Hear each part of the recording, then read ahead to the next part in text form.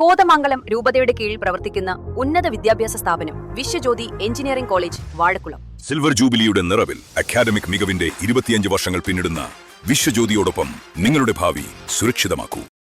കുട്ടമ്പുഴയിൽ വീടിനു നേരെ വീണ്ടും കാട്ടാന ആക്രമണം. 2 വർഷത്തിനിടെ 4ാം തവണയാണ് ചാമപ്പാറ സ്വദേശി ഡെനീഷ് ജോസഫിന്റെ വീടിനു നേരെ കാട്ടാനകളുടെ ആക്രമണം ഉണ്ടാകുന്നത്.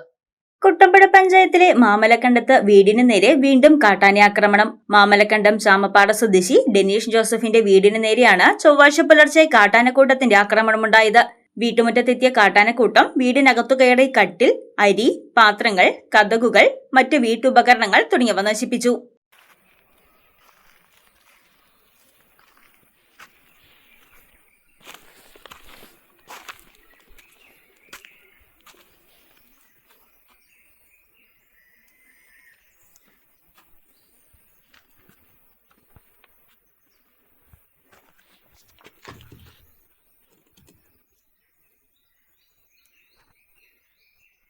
കഴിഞ്ഞ 2 വർഷത്തിനിടെ 4ാം തവണയാണ് ഇതേ വീട് കാട്ടാനകളുടെ ആക്രമണത്തിന് ഇരയാകുന്നത്.